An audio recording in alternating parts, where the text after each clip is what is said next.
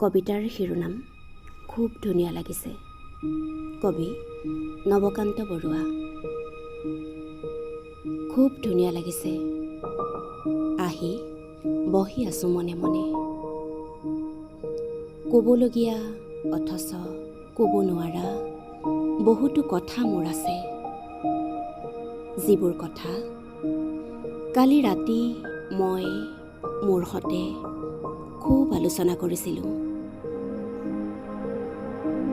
কালি ৰাতি মোৰ দুখ লাগিছিল, এতিয়া সেইবোৰ একো নাই, এনেকৈয়ে ভাল। গছৰ পাতবোৰৰ মাজেদি বেলিটোৱে মুঠি মুঠি পোহৰৰ শিলগুটি দলিয়াই আছে, তোমাৰ মুখত আহি পৰিছে, মোৰ গাত পৰা নাই। আমি বহি আছোঁ মনে মনে,